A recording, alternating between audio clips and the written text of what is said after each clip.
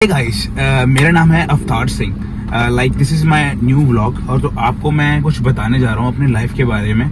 मेरे को कुछ टाइम से अपनी इशू आ रहा था, 8 से 10 मंथ हो गए हैं उस इशू को, कि जैसे मैं कुछ खाता था तो मेरे को उल्टी हो जाती थी। जब मैंने डॉक्टर से चेक करवाया, प्रॉपर मैं डॉक्टर के पास गया, उन्होंने मेरे को 4 से 5 चेकअप लिखे और लिखने के बाद मेरे को पता चला कि मेरे को अब जो गाल ब्लेडर होता है उस गाल ब्लेडर में स्टोन है। तो प्रॉपर जब मैंने चेक किया और उस स्टोन का साइज का पता चला मुझे, तो वो साइज था कम से कम 14 से 15 mm का। तो मैं कुछ भी जब खाता था तो मेरे ना इशू आने लग जाता था बॉडी के अंदर, कि जब मैं कुछ खाता तो मेरे को उल्टी हो जाती थी और मेरा कम से कम 8 से 10 किलो वजन गिर चुका था।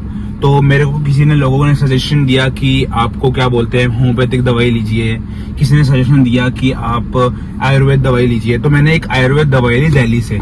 तो मेरे को किसी ने बताया था कि प्रॉपर ये आयुर्वेद दवाई लीजिए और इससे क्या बोलते हैं आपका सोल्यूशन हो जाएगा। तो मैंने कम से कम उसको 2 महीने उस आयुर्वेद दवाई ली। लेने के बाद जब मुझे पता चला और मेरा कम से कम 8 से 10 किलो वजन उस दवाई से कम हो गया और मेरा बाद में स्टोन 1% भी कम नहीं हुआ। और मेरे को आए दिन प्रॉब्लम्स होती रहती थी। रात को मैं 2-2, 3-3 बजे तक उठकर और इतना पेन का इंजेक्शन होता है एक, वो लगवाना पड़ता है। तो मेरे को प्रॉपर रात के वो भी दर्द भी ऐसे स्टार्ट होता था कि 3 बजे मैं उठ रहा हूँ रात को, पानी वानी की प्यास लगती है जब, तब उसके बाद मेरे को दर्द स्टार्ट हो जाता था और वो दर्द रुकता भी नहीं था। तो फिर मैं इंजेक्शन लगवाने जाता था हर हफ्ते में 1-2 बार। तो मेरे को बहुत इश्यू आ रहा था। तो फिर एट द एंड मैंने डॉक्टर के पास में गया। प्रॉपर उन्होंने 5 तरह के टेस्ट बताए, जिसमें यूरिन टेस्ट, ब्लड टेस्ट और सोनोग्राफी और ये सब टेस्ट बताए थे उन्होंने। तो मैं प्रॉपर सोनोग्राफी कराने गया। मैं सुबह मैंने सोनोग्राफी की चेक करवाया और मेरे को शाम तक रिपोर्ट आई, जब उसमें पता चला कि मेरे को 14 mm का गाल ब्लेडर में स्टोन है। तो उसी के कारण मेरे को इश्यू होता था। तो फिर मैंने तो पहले तो फिर भी मेरे जो फैमिली वाले हैं वो मान नहीं रहे थे कि क्या बोलते हैं कि आपको ऑपरेशन करवाना है कि नहीं, क्योंकि कोई बोलता था कि ऑपरेशन करवाने के बाद कि आप ना ये एक चीज नहीं खा पाओगे, फैट की चीजें नहीं खा पाओगे, क्योंकि गाल ब्लेडर होता है जो फैट को बचाने का काम करता है। तो मैं जिम भी जाता था, क्योंकि मैं जिम फ्रीक हूँ, तो मेरे को जिम जाने का बहुत शौक है। जैसे कि आप मेरी वीडियोस में देखेंगे कि मैं सारी जिम्स की वीडियो बनाता था, बट मेरा इस स्टोन के कारण 10 से 12 किलो वजन कम हो चुका था। तो मेरा पूरा जिम सब छूट चुका था। तो फिर एट द एंड मेरे को कराना ही था ये ऑपरेशन। तो फिर मैं डॉक्टर के पास गया। जैसे ही मेरे को डॉक्टर के पास में गया, उन्होंने दोबारा से मेरे को बोला कि एक बार और सोनोग्राफी टेस्ट कराइए।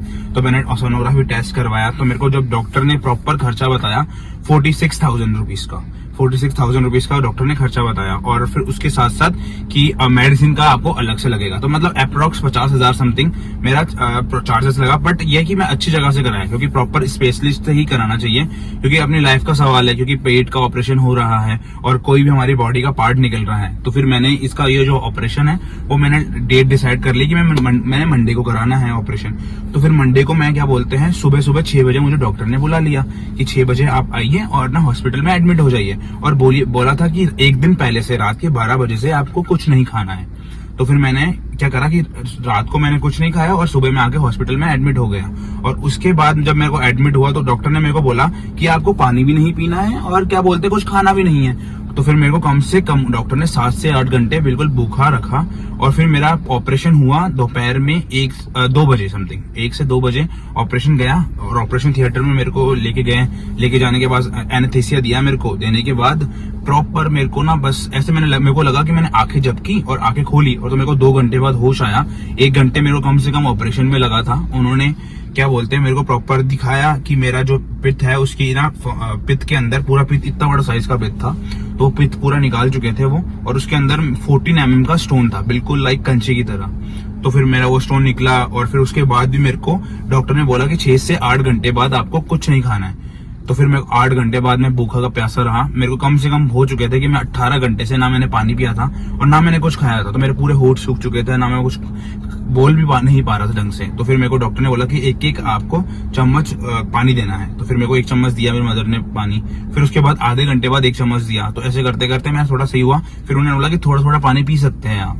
तो फिर मेरे को और गाल ब्लेडर का प्रॉपर जो इलाज जो उन्होंने बताया था कि मेरे को कैसे हुआ, जब मैं तो मेरे को बेहोश हो चुका था, बट मेरे को जब चेक किया तो मेरे बॉडी में 4 उन्होंने होल्स कर रखे थे। उस प्रॉपर 4 होल्स से ऑपरेशन होता था, जिसमें कि एक होल से तो ना वो CO2 डाल के मेरे पेट को उन्होंने फुलाया था, और जो 3 होल्स थे, 3 होल्स में उन्होंने ऑपरेशन किया था। तो प्रॉपर मेरे बॉडी पे 3 होल हुए थे, जिसमें प्रॉपर 3 होल में 3 टाके लगे थे और एक होल में 4 टाके लगे थे और अंदर मेरे जो चेक करा था 6 से 7 टाके अंदर की साइड लगे थे। तो इसको रिकवर होने में मेरे को टाइम लगा। अब मेरे को 10 से 11 दिन बाद मेरे टाके खुले, पूरे बॉडी के टाके खुल चुके हैं। अभी जैसे कि दिखा रहा हूँ कि मेरे यहाँ पर देख सकते हैं टाके खुल चुके हैं और मेरा ये हिस्से में अभी पट्टी लग रखी है, क्योंकि ये मेरे को यहाँ से टाके खुलने के बाद ब्लड आ गया था। तो इसी कारण से मेरा जो है अब थोड़ा रिलीफ है। बट मैं धीरे धीरे जैसे कि ये नॉर्मल अब मेरे को कोई तरीके से पेन नहीं हो रहा और मैं धीरे धीरे खाना भी खा रहा हूँ। बट मेरे को अभी डॉक्टर ने बोला है कि फैट की चीजें और जिसमें क्या बोलते हैं मैदा, बेसन और कोई भी जिसमें ज्यादा फैट हो, ऑयल, घी, ये सब बंद कर रखा है। बट दलिया वलिया मैं खा सकता हूँ। अभी दलिया हो गया, कुछ रोटी हो गई और अभी चलने के लिए बोल रहा है डॉक्टर ने। बट मेरे को कोई भी झुकना नहीं है और भारी वेट नहीं उठाना। बट अब मुझे ये डर लग रहा है कि मैं जिम जाता हूँ तो मैं अब जिम कहाँ से ज्वाइन करूँ। तो डॉक्टर ने मुझे बोला है कि 2 महीने बाद आप जिम ज्वाइन कर सकते हैं, बट आपको फैट की चीजें लाइफ टाइम कम करनी पड़ेगी। फैट की चीजें कम खानी है, बट ऐसा भी नहीं कि पूरी छोड़ दीजिए।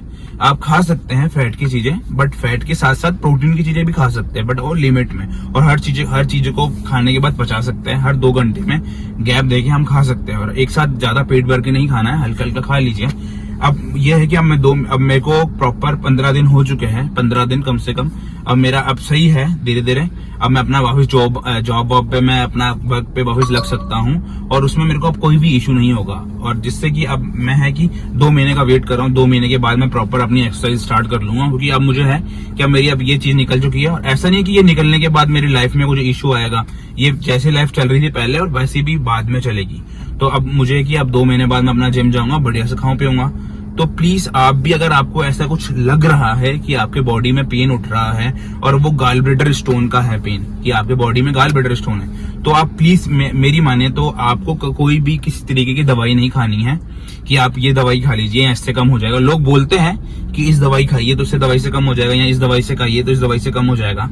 बट आपको नहीं खाना है कुछ ऐसा, क्योंकि मैंने भी ऐसा ट्राई किया है। मैंने बहुत कोशिश करी कि भाई इस दवाई से निकल जाए, इस दवाई से निकल जाए, बट कुछ हुआ ही नहीं। एट द एंड में जाके मेरे को 8 से 10 महीने दर्द में सहने के बाद मेरे को ऑपरेशन ही करवाना पड़ा। तो आप सबसे बढ़िया है कि आप भी ऐसा वेट ना करके प्रॉब्लम में आएंगे।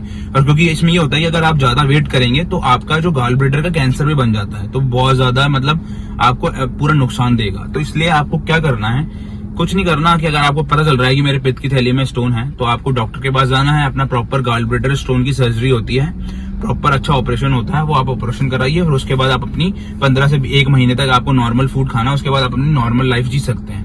तो प्लीज अब मैं आपको ये सजेशन है कि आपको अगर ऐसी कोई प्रॉब्लम होती है तो आपको सर्जरी ही इसका लास्ट एंड फाइनल सोल्यूशन है और कुछ नहीं है। तो मेरी वीडियो से आपको पूरी इन्फॉर्मेटिव लगी होगी, तो प्लीज आपको क्या करना है कि मेरी ऐसी और वीडियोस के लिए मैं आपको आगे आगे अपडेट देता रहूंगा कि मेरी बॉडीज में क्या चेंजेस आए हैं, कि मैं अब जब से जिम स्टार्ट करूंगा तो कैसे क्या हो रहा है, सब कुछ मैं आपको अपडेट दूंगा। तो प्लीज मेरी इस वीडियो को लाइक एंड सब्सक्राइब जरूर कीजिए।